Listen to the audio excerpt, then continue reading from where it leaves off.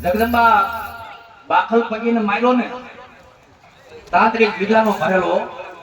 અને આ બધું મારી ચારણ જગદંબા જોગમાયા મારી આવડે એમ કીધું રેવા દે બાપ બાખલ પગી રેવા દે વિદ્યાનો ભરેલો અને બાખલ પગીએ કીધું કે આ બાજુ અંધારું કરું અને તેની મારી આવડે કીધું કે આ બાજુ અંધારું કર અને આ બાજુ તો અંધવાળું ન કરું ને તો બાખલ વડના ઝાડવે મને આવડે માને કોણ આવડે માને કોણ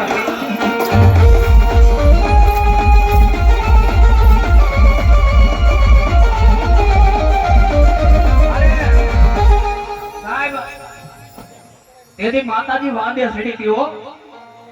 તેથી મારી આવડ વાદે સડી ઈ તળાવની માયપા વડલાની એકે પાડો કીધો ને તેથી બાકલ પગીને ના પાડી રેવા દે હજી સમજાવું છું સમજી જા અને તેથી બાકલ પગી ના પાડી અને માથેથી ભેડીએ ઉતારી અને તેથી મારી આવડે કીધું બાકલ પગી જેમાં પાડાને પીધો ને તો બાકલ પગીને નો પી જાવ ને તો દુનિયાની પાડો આવડે નહોતી બાપ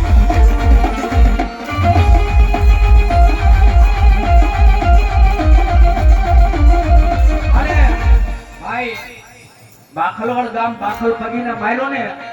એટલે નામ પડ્યું બાખલવડ અને ત્યાંથી પાડો પી અને બાખલ પગીને મારી અને જગદંબા દેવપરાની જગ્યામાં માતે માતાજીએ વાસ કર્યો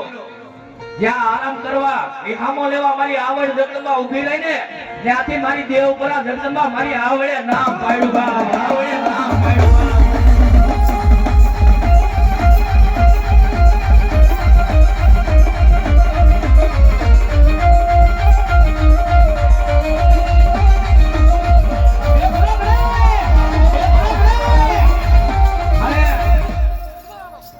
ભાઈ કોઈ વખાણ કરતો નથી કોઈ હારું લગાડતો નથી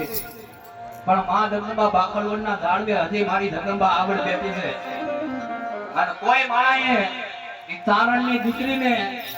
જ્યાં ઢોરાની માથે મારી આવડ બેઠી છે એ કોઈ માણાએ મેણું માયનું હવે ચારણની દીકરીમાં હવે સત નથી રહ્યું મેણું કોઈને મારી અને મેણું માથાનો ઘા અને ચારણની દીકરીને બાખલવડની જગ્યાની માલપા કોઈ માણાએ મેણો માર્યું ચારણની દીકરીમાં સત નથી રહ્યું